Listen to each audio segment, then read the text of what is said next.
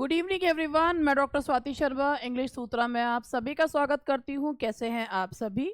और अभी आप जो देखने जा रहे हैं वो यूपीटीजीटी का, इससे पहले एक प्रैक्टिस सेशन मैंने करवाया था लाइव क्लास का, वैसे ही सेशन ये भी है।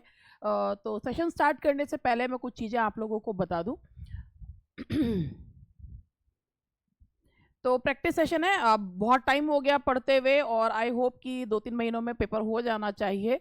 जिस हिसाब से एक न्यूज़पेपर्स वगैरह में आ रहा है कि पेपर अब हो जाना चाहिए, तो उसी हिसाब से देखें आप लोग की क्या तैयारी है, कैसी तैयारी है। तो अब आप लोग जो है तैयारी को जांचिए पेपर, टेस्ट पेपर्स देके। और मैं आपको एक बताऊं कि हमारा यूपीटीजीटी का एक नया batch, complete video batch English literature, ये एक बैच जो है, अभी भी जो लोग ने तैयारी, जिनकी मतलब लगता है कि कमी है और हमें तैयारी की ज़रूरत है, तो वो इस बैच को ले सकते हैं। ये यूपीटीजीटी का बैच है, इसमें बिल्कुल जो है इसमें रीसेंट लेक्चर्स हैं और वीडियो बैच ही है, रीसेंट लेक्चर्स हैं इसमें। पूरे राइटर्स हैं, लिटरेरी टर्म्स हैं, ग्रामर भी इसमें, नोट्स हैं इसके ग्रामर के भी, और वही क्लासेस हैं, नोट्स वाली ही क्लासेस हैं, यानी कि इसमें आपको ग्रामर में भी लिखने की ज़रूरत नहीं है। सारा स्टडी मटेरियल आपको इसमें मिलेगा और इसमें आपका मतलब आप इसका कंटेंट चेक कर सकते हैं अपना इंग्लिश सूत्रा का ऐप डाउनलोड करके, स्टोर में जाकर इस बैच को आप देख सकते हैं। अभी ये बैच जो है, आई थिंक अभी इसको जो है आज ये बन रहा है अभी बैच, तो इस वाले बैच को आप परचेज कर सकते हैं। नोट्स आपको सारे हार्ड कॉपी में इसमें मिलेंगे। और इसके अलावा हमारा DSSB का, अभी भी जिन्होंने DSSB, देखो भाई DSSB के लिए अभी भी आपके पास समय है। सिलेबस चेंज हुआ है, आप खुद से करोगे तो बहुत बहुत अच्छी बात है, खुद से करोगे तो बहुत बढ़िया है। लेकिन अगर आपको लगता है कि समय की कमी है और हम लोग जो है हमें एक सारी चीज़ें मिल जाए, हम पढ़ लें, तो भाई उसके लिए आपके पास DSSB TGT इंग्लिश का न्यू सिलेबस के अकॉर्डिंग हमारा बैच है। और ये सारा बिल्कुल रीसेंट बैच है जिसमें सारी चीज़ें, कंटेंट जो है बिल्कुल क्लास आज हुई और उसके बाद सारा जो है उसमें डाल देते हैं।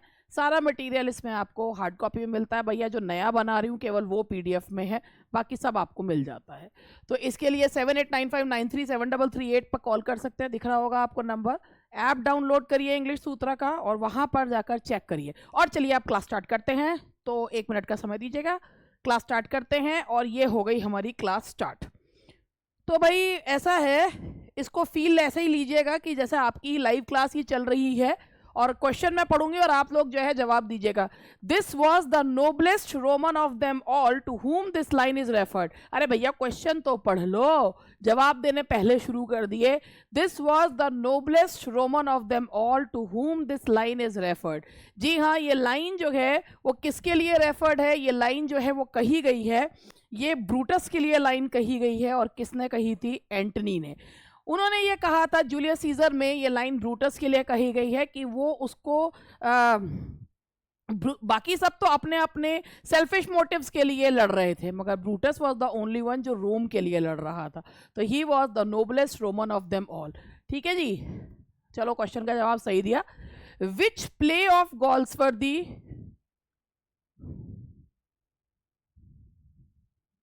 shows the disparity between haves and have nots?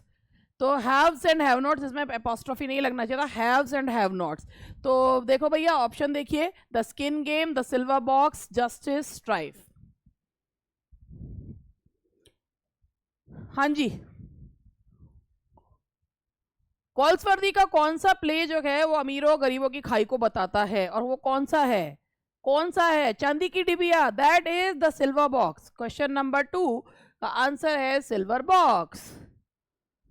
Where do these lines occur? Oh God, how weary, stale, flat and unprofitable seem to me all the uses of this world. Oh God, कितने ज़्यादा जो है मुझे ये थकाऊ और बेकार लग रहे हैं दुनिया की सारी चीज़ें। Hamlet, Othello, King Lear, Twelfth Night. बताओ बताओ किसकी लाइन है? बताओ बताओ। ऐसा नहीं है ऐसे क्वेश्चन पूछे नहीं जा सकते, कुछ भी पूछा जा सकता है। अब तुम ये कहोगे आपने हमें बताया तो था नहीं, क्वेश्चन ऐसे ऐसे दे दिया। भैया ये तो बहुत आसान क्वेश्चन है, तुम लोग 2 साल से पढ़ रहे हो, बताओ। And the answer is Hamlet. Hamlet की लाइंस हैं ये, these are the lines of Hamlet. Hamlet बोल रहे हैं कि मुझे अब अपने पिता के बिना सारी चीजें बिल्कुल व्यर्थ लग रही हैं। God is thy law, thou mine, to know more is woman happiest, knowledge and her praise, these lines occur in। ये लाइन मेरे स्टूडेंट्स को बहुत अच्छे से याद है, जब मैंने एक एक बात समझाई है तो उसमें मैंने ये बताया। बताओ बताओ किस में है कि भगवान ही तुम्हारा लॉ है, भगवान ही मेरा। समझ में नहीं आता औरतों को ज़्यादा खुशी किस चीज़ में मिलती है, याद करो। अरे हाँ, that is paradise lost, that is paradise lost, जो कि मिल्टन का एपिक है। The answer is paradise lost. चलो भैया, क्वेश्चन का जवाब तो सही आ रहे हैं। अब जरा ये स्पॉट द एरर ढूंढो। Ahmed has been watching the Oscar nominated film 3 times। ढूंढो ढूंढो। इसमें याद करो, एक ये क्वेश्चन था जो मैंने एक बार ये बताया था कि अगर कोई नंबर दिया जा रहा है तो आप उसमें कौन सा टेंस यूज करते हो। कि अगर he has been writing 3 letters since morning तो गलत है ना, लेटर्स के पहले 3 लग गया। तो जब संख्या दी रहती होती है तो वहां पर हम कंटिन्यूस टेंस नहीं लगाते, यानी कि परफेक्ट कंटिन्यूस नहीं लगाते, परफेक्ट टेंस लगाते हैं। तो Ahmed has watch the Oscar nominate, भाई जब संख्या दी रही होती है तो वहां पर हैज बीन वॉचिंग नहीं आएगा, हैज वॉच्ड। संख्या दी हुई हो, याद करो टेंस में ये चीज मैंने बताई है। द पुलिस हैज, ये आपको मैंने नाउन में बताया है। ढूंढो क्या गलती है। या तो द पुलिसमैन करो, द पुलिस, लेकिन द पुलिस के रूप में पूरा क्या कर दिया है, ये ग्रुप है तो ग्रुप कर दिया, तो ये बिखरा हुआ कलेक्टिव नाउन है, तो हैव आता है इसमें। यहां पर आएगा the police have arrested him on the charge of theft. Who is the heroine of the play two gentleman of Verona by Shakespeare. Hero Katherina, Julia, Hermia. Hero किसकी है, much ado about nothing. Katherina, हाँ, taming of the shrew. And the answer is, that is C, Julia.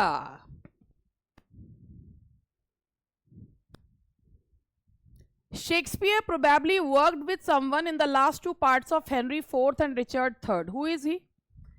Marlowe, Greene, Lodge, Nashe. आपको पता ही होगा कि Shakespeare जी ने 2 pledge में उनके कंटेम्प्रेरी थे मार्लो, तो उन्हीं के साथ उन्होंने ये काम किया है, that is Marlowe. And Marlowe, ये याद होगा आपको, ये वो थे जिनकी एक ब्रॉल के दौरान उनकी डेथ हो गई थी। As you like it is known as you like it जिसके बारे में कहा जाता है, हाँ हाँ मुझसे ज़्यादा आपको पता है, मुझे मालूम है। एज यू लाइक इट जिसे कहा जाता है कि वो जनता को खुश करने के लिए लिखी गई थी, उनकी कॉमेडी है, और इसको एक पेस्टोरल रोमांस भी कहा जाता है, और ये रोमांटिक कॉमेडी है। That is a pastoral romance and a romantic comedy. हाँ जी, पेस्टोरल रोमांस भी है, वो ऑप्शन में नहीं दिया, तो रोमांटिक कॉमेडी करेंगे इसे। My uncle presented me the more expensive watch.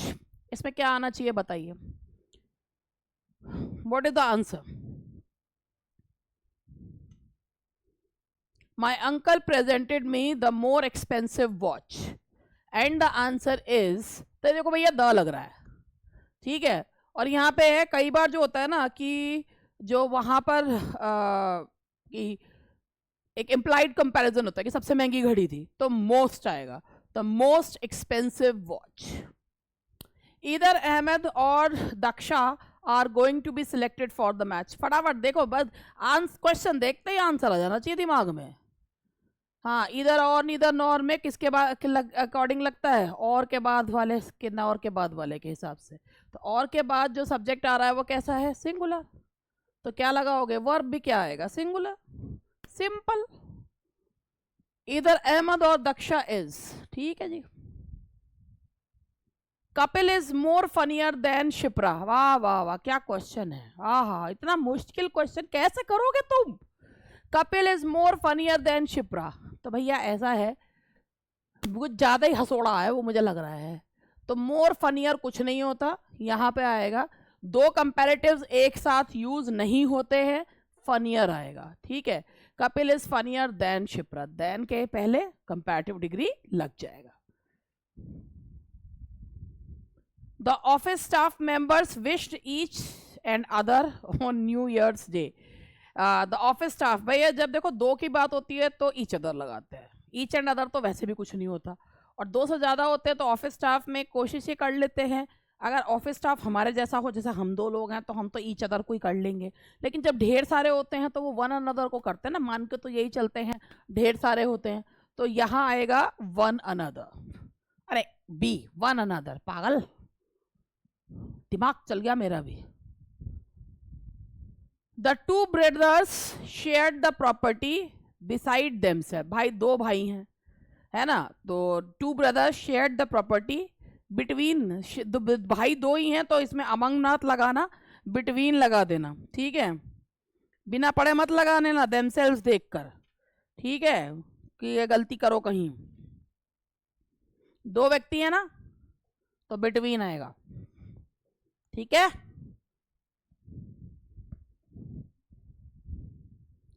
A trader was dashed at the city airport early on Thursday for carrying gold jewelry worth over 1 crore। हाय हाय, एक ट्रेडर को जो है हिरासत में लिया गया, तो 100 रिटेन्ड, ब्लॉक्ड, भाई हिंडर्ड होता है मेरे ख्याल से, 100 तो कुछ होगा ही नहीं, तो रोका गया, हिरासत में लिया गया, उसके लिए आएगा detained, the answer is detained. तो यहाँ तक आपके क्वेश्चंस के जवाब सही आ रहे हैं, तैयारी अच्छी है आपकी। A book is a book dash there is nothing in it. एक किताब किताब होती है चाहे उसमें कुछ भी ना हो, ठीक है, हालांकि उसमें कुछ भी ना हो, तो that is although.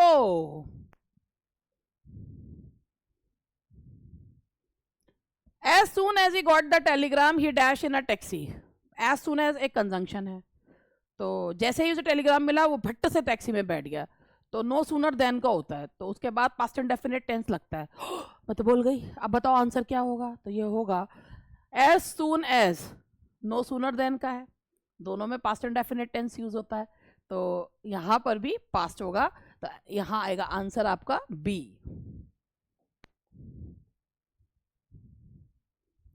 Which of the following play is not a historical play by Shakespeare? Richard II, Edward second, Henry fifth, Richard third. देखो भाई रिचर्ड सेकेंड भी शेक्सपियर जी का है, हेनरी फिफ्थ भी है, रिचर्ड थर्ड भी है, एडवर्ड सेकेंड उनका प्ले नहीं है, किसका है, किसका है बताओ, फिर किसका प्ले है, ये मार्लो जी का प्ले है, एडवर्ड सेकेंड, ठीक।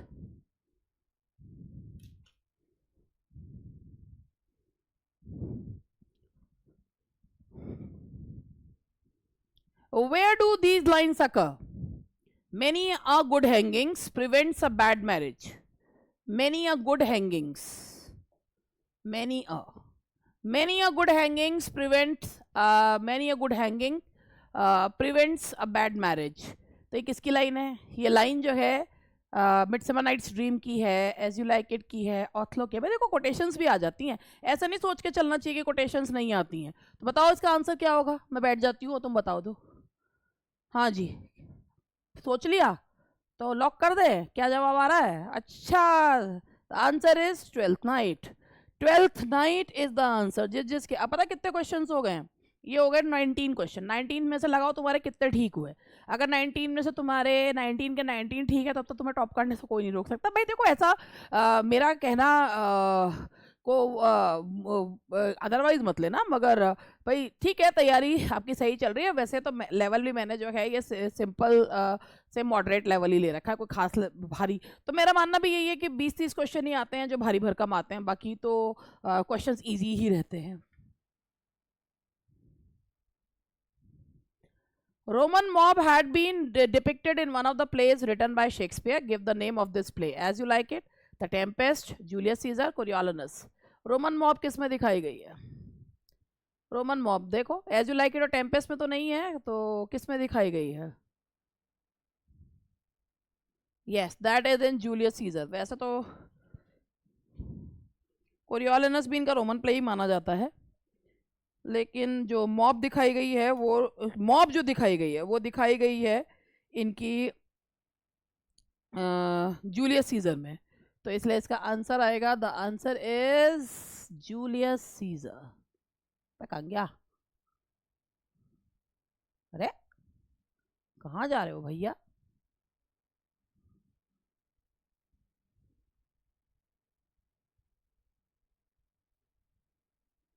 That is Julius Caesar.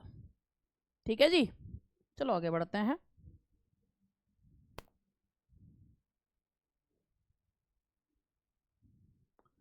The Inn of Tranquility by Goldsworthy is an play, novel, collection of essays and short stories, short story collection। बताओ क्या है?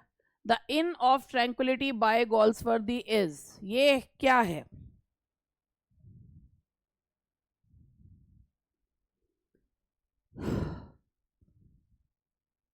Yes, ये एक collection of essays and short stories है 1912 का। That is a collection of essays and short stories। ठीक है भाई, चलो आगे बढ़ते हैं। Synonym of outrageous is, outrageous का सिनोनिम बताना है अब आप लोगों को।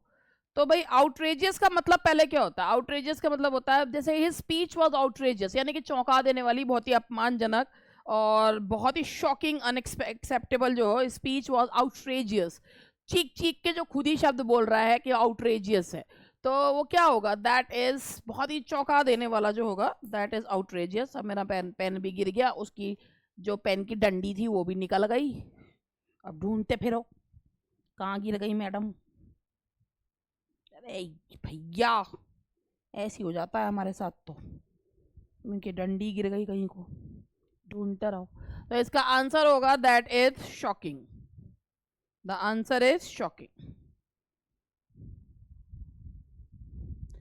सिनोनिम ऑफ स्प्रूस, स्प्रूस का मतलब होता है बहुत ही नीट एंड क्लीन, बहुत ही स्पिक एंड स्पैन जो होता है। तो उसका आंसर क्या होगा? द आंसर इज बहुत अच्छा सा, स्मार्ट सा, that is nutty, that is nutty.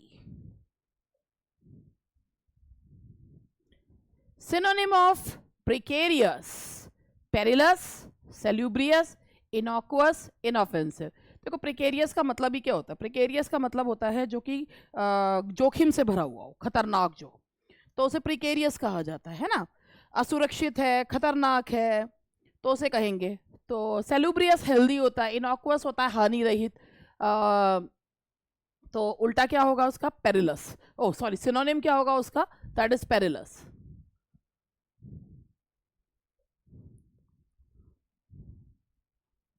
Emotions recollected in tranquility, the profound philosophy of Wordsworth was rejected by। देखिए, टी.एस. इलियट ने एक ये बात कही थी, एक उनका एसे है ट्रेडिशन एंड इंडिविजुअल टैलेंट। अब देखो मैं कितनी बड़ी बावली हूं, क्वेश्चन दे लिया और बिना उसको क्वेश्चन का आंसर देने की वो करे हुए आपको आंसर ही बता दिया। Emotions recollected in tranquillity, the profound philosophy of Wordsworth was rejected by. ये फिलॉसफी रिजेक्ट करी गई थी टी.एस. इलियट के द्वारा उनके ऐसे ट्रेडिशन एंड इंडिविजुअल टैलेंट में। ट्रेडिशन एंड इंडिविजुअल टैलेंट में इसको रिजेक्ट किया गया था। तो उन्होंने ये कहा था कि poetry is not,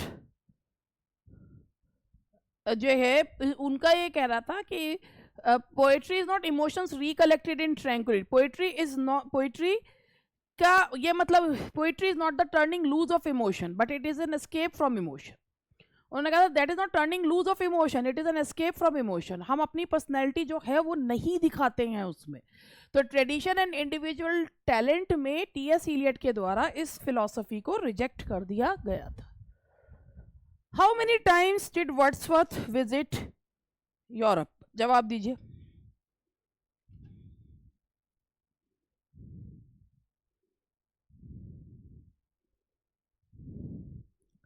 and that is, हाँ जी बिल्कुल सही जवाब, that is 6 times. Wordsworth visited Europe 6 times.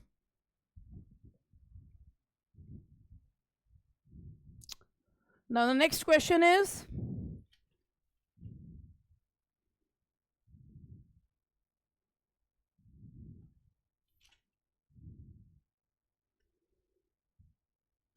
Who is the speaker of, नहीं कौन सा है,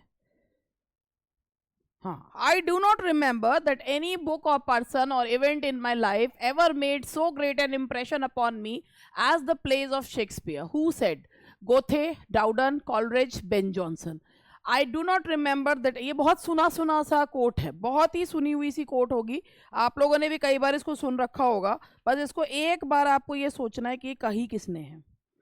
तो ये जो है कहे हैं शब्द, ये गोथे के ये शब्द हैं, German playwright, German writer Goethe के।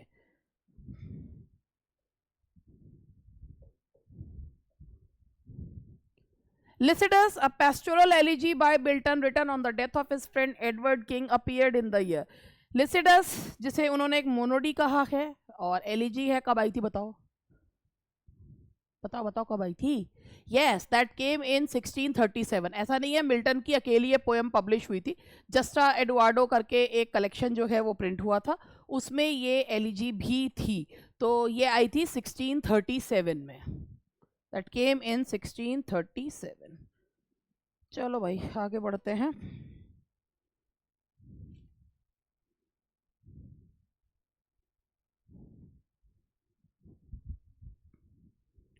Nor am I in the list of them, take hope, hopeless are all my evil, all remedies. Paradise lost, paradise regained, Samson agonistus, Lycidas।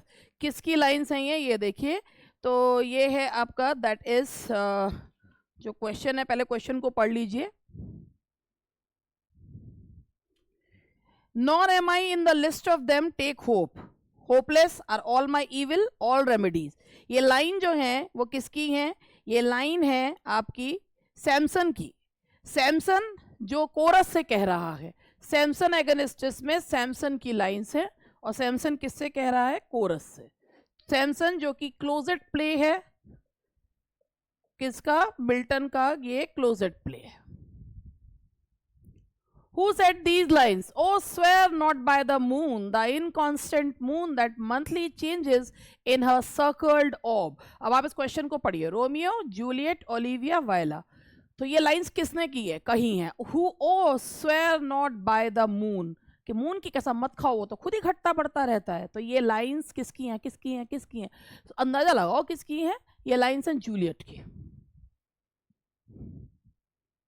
Romeo and Juliet जो कि आपकी ये एक वो tragedy है जो tragedy of circumstances जिसे कहना चाहिए, this is the tragedy of circumstances. Paris visits Friar Laurence in order to get married on. भाई पेरिस फ्रायर लॉरेंस के पास जाता है, शादी जो है वो फिक्स्ड हुई है मंडे को, मगर शादी होगी कब? थर्सडे को। The marriage will take place on Thursday, that is Thursday. बताओ, ऐसे ऐसे क्वेश्चन भी आ जाते हैं।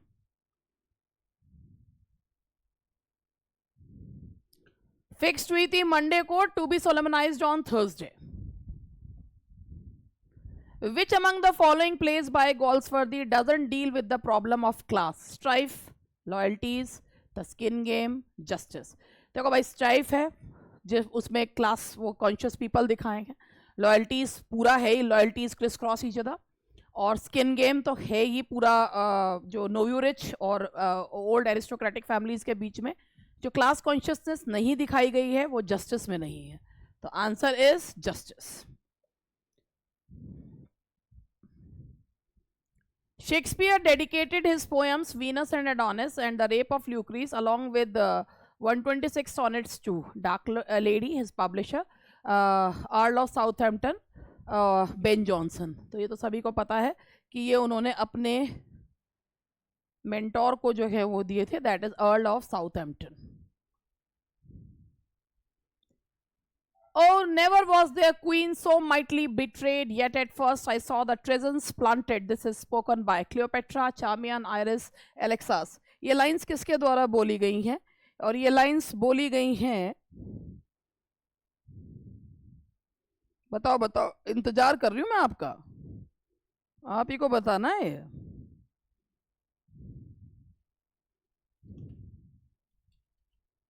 एंड द आंसर इज, ये लाइंस क्लियोपेट्रा के द्वारा कही गई हैं जब वो एंटनी से कहती है, जब वो उस एंटनी उसे छोड़कर फल्विया के पास जा रहा है। यहां पर क्लियोपेट्रा इमोशनली ब्लैकमेल कर रही है एंटनी को।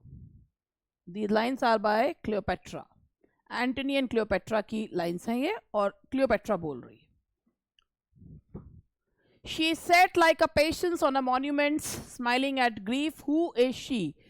She sat like a patient on a monument, smiling at grief. Who is she? तो किसको जो है वो बोला जा रहा है? तो यहाँ पर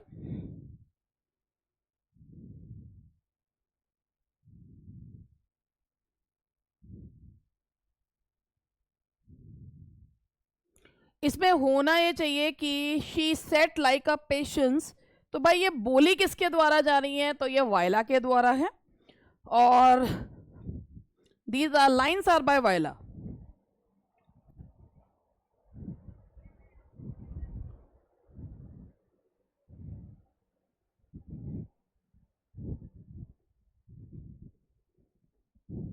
हाँ जी, तो मैं थोड़ा सा इसके बारे में भी बताती हूँ आपको। 1 मिनट का मुझे समय दीजिएगा।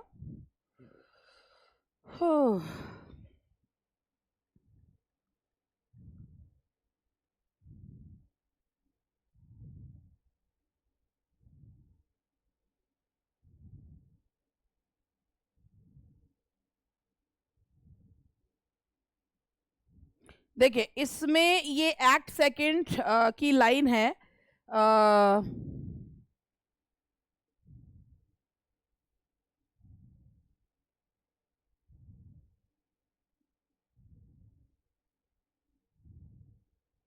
इसमें जो वायला है वो अपने आप को compare by comparing her imaginary sister to his this stone figure.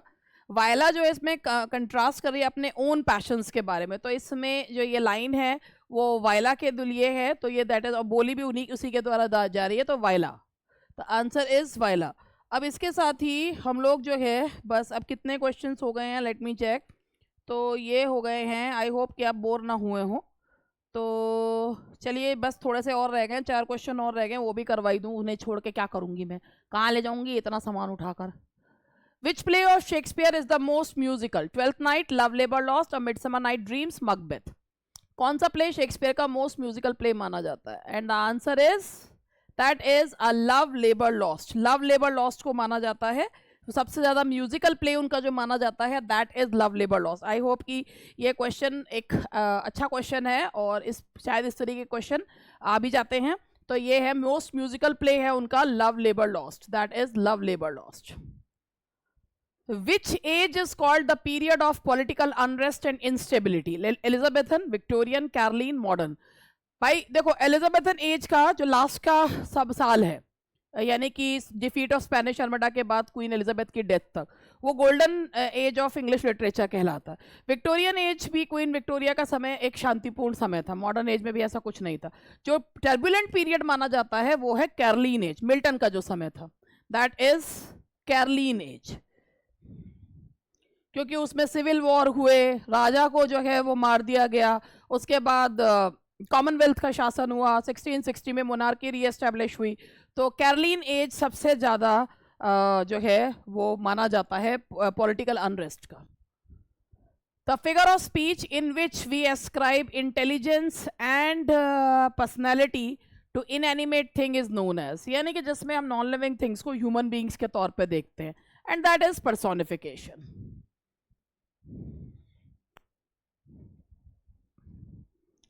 Even thus last night and now might more lay and could win thee sleep by and stealth. Identify the figure of speech. Even thus last night and now might more lay and could win thee. Sleep को address किया जा रहा है, तो जब किसी inanimate dead person को, inanimate thing को या डेड पर्सन को एड्रेस किया जाता है, तो फिगर ऑफ स्पीच होती है apostrophe. The answer is apostrophe. पन क्या होता है? A library is a building which has so many stories. तो स्टोरीज जो वर्ड है उसके 2 मीनिंग है, कहानियां और मंजिलें। तो ये होता है play on words, that is play on words. तो ये हुआ आपका, मेरे ख्याल से यही था लास्ट क्वेश्चन।